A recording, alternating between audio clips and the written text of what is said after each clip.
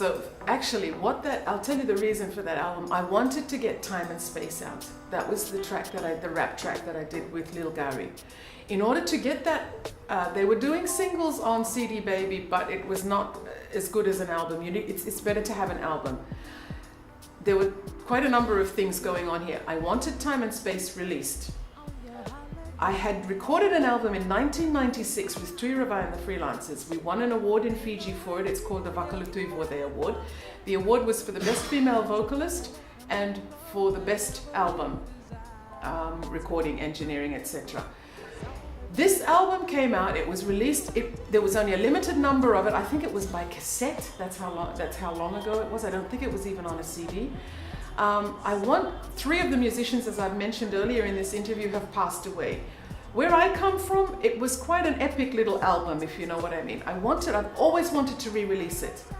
So basically, I took the originals from that album, another album I did in 1996 in Fiji. I took the originals from that album, all the songs that I've written, I put them all on this one CD, Michelle Rounds and Her Amazing Friends, because it's got a lot of musicians on it.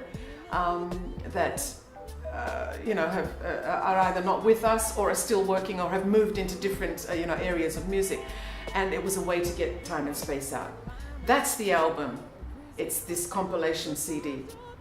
It's got a lot of different things on it. There's a song there that was written and recorded and mastered by Steve Clisby, an African American that lives in Australia. It's an interesting album, and yes, there's reggae, there's jazz, there's rap. It's covering everything. Okay, well, as I mentioned, I didn't go to last year's one because we were out of the country for 2 months.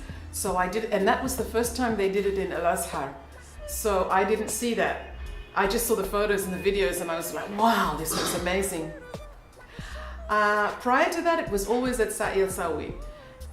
That I knew because the first time I'd gone was 2010. I went, wow, this is the festival. 2011 I performed, 2012 I performed. I knew how Sa' el Sawi felt. I knew how it worked. Al Azhar this year was like, wow, massive main stage by the lakeside, huge. This is like big rock concert style, main stage. Down a steep hill, down a very, very steep flight of stairs to Ganina Theatre, El Ganina Theatre, which is a very cozy, intimate jazz stage. I love both stages. I like both of them. I performed on the Ganina one. I was very happy with that because it's a quieter area. This year it was freezing. 3 nights were freezing. Ganina stage is quieter, warmer, not windy, that type of feeling, but very steep. The logistics of it, the moving back and forwards, was very interesting. I liked it. It was a very good workout for our legs. 3 days of up and down, up and down. My husband and I were going like, wow, our legs! We could. A very different environment, a very different feeling for the people. It was nice because it was outdoors. So obviously at night it was a bit colder, but in the day it was sunny and people were having picnics. And there was food it was just a whole different feeling. And for me, more of a jazz festival feeling. So before I couldn't compare because I only knew Satya, which was great. But after the Al Azhar, I'm like, this is it. I could see more stages, sort of, like maybe you could have 5 stages, that type of thing. So I loved this, yeah. I think this is probably one of the most critical questions you could ask. I have seen amazing singers, amazing voices on stage with the personality of what we say, the personality of an onion, and standing with the legs like this. Now look, let's be honest here. At the end of the day, if you want to stand and say, well, I just do what I do and I'm great. Okay, do what you do and be great. But the reason you may not be getting booked and somebody else is getting booked is because they care more about the aesthetics. If we don't want to see you, we will buy your CD and listen to it on a CD player. If you want people to watch you and to love what you're doing, then you need to have a vibe. I'm not saying it has to be a particular type of vibe, but you need to have your own look. You need to have your own feelings, and you need to know how to stand on stage. You need to know how to work your mic. This, I think, is very crucial, more important than what you're wearing. I've often, when I was younger, I would say to my aunt, "Oh, am I overdressed? Have I got too much on?" She said, "You are the singer. You wear what you want. You do as you wish when it comes. You can never be overdressed. You can never be underdressed. You are the singer." I've kept that in mind. So at the end of the day, even if I think like, "Oh, this outfit is a fail," or "These shoes don't work," or, certain things. Generally speaking, I dress according to the event and according to the weather. So if I'm performing outside and it's winter, I don't wear tiny clothes.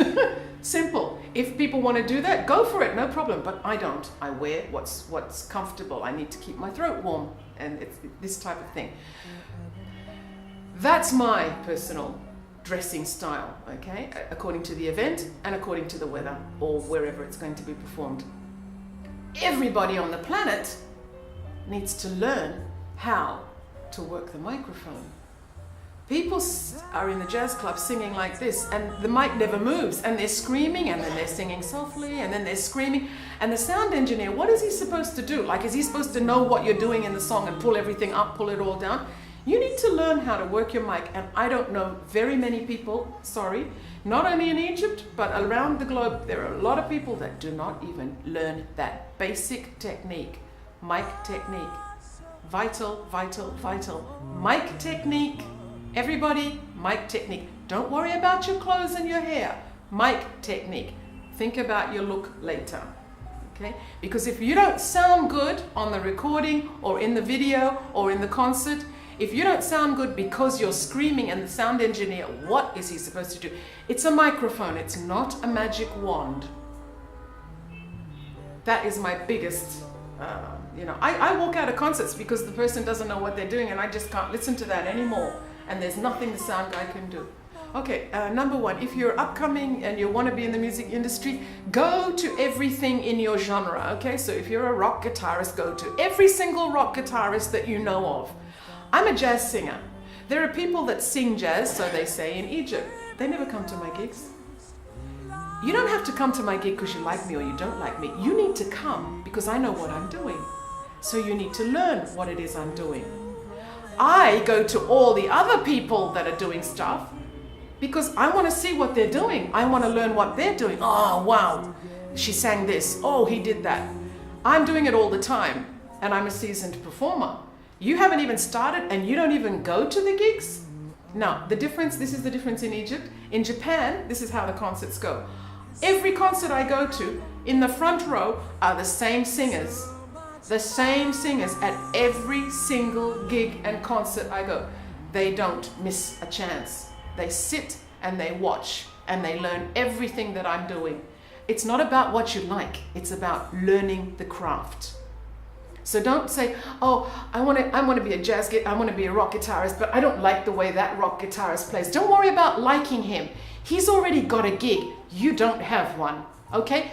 Go and have a look at him and see what he's doing so that you can figure out how you can get a gig. That's my advice. I'm a gig pig. I go to everything. I go to all the concerts. I go to everything. I watch everything. I love it all. I love it all. First and foremost, talk to the musicians. I've had people say to me on Facebook, "Hi, I came to your gig, but I was too shy to talk to you." Don't be shy. Come and talk to me. If you can sing or you can do a bit of jazz, I'll call you up. We can do something together. Take every opportunity. There is no chance at being shy. "Oh, I'm too shy to sing with so-and-so. Oh, I can't sing with so." Of course you can. You want to be a musician? Of course you can. You're going to eventually, so you might as well start now. Okay? Talk to everybody. If I say to you, "Come up, sing a song," don't go like, "Yeah." Just say, "Yeah, I'll sing a song." Do it. You won't have the chance again because I'm not going to ask you a second time. Just take all your opportunities. And the second question, oh yes, recording again. Okay, just did something with Tamer Auf and Marco Tegui, which they're two DJs. One is Egyptian, one is from Peru. They just send me some track. It's called New Disco. That's the style. It's a kind of house thing.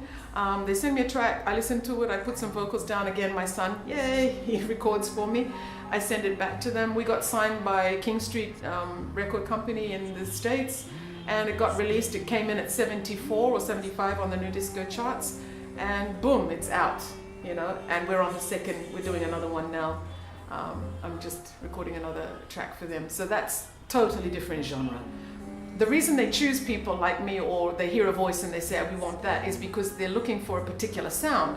So they want my jazzy sound on their, new disco track, style track. As far as other things go, this year I'm just sitting back a little bit. I think there's a lot of travel this year. I've been invited to the inaugural Cairo Jazz Festival in November, so Ali and I are thinking about that, figuring out the logistics and about it's a long way away, a couple of days by plane. So there's a few things. I think there'll be more travel this year. I haven't got a specific plan for recording because I'm pretty up to date as far as my music goes. I have still a lot of lyric. I'm always looking for collaborations. Anyone out there that feels that I'm great, you should sing with me or do something, contact me. I'm open to all that sort of stuff. Well, I would like to thank you really Thank for you. such a great interview. Thank you very Great much. answers, and even myself, I learned a lot. Okay, thank you very much. And I love you, everybody. Thank you. I mean that. I love you.